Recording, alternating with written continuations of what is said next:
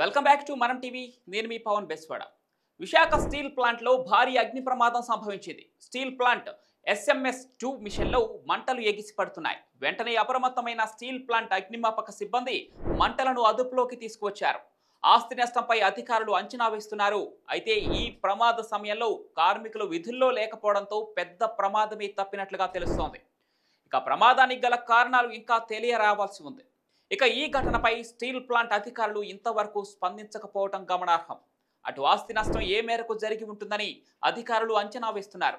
అయితే steel plant SMS-2లో ద్రవపు ఉక్కు ప్రమాదాలు జరుగుతూ ఉంటాయని కార్మికులు చెబుతున్నారు.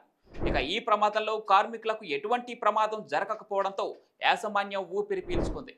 ఓవైపు కార్మికులు చేస్తున్న దీక్ష, మరోవైపు ఈ ప్రమాదం జరగటం సమయానికి కార్మికులు విధుల్లో వెళ్లకపోవడంతో పెద్ద ప్రమాదమే తప్పినట్లు భావిస్తున్నారు.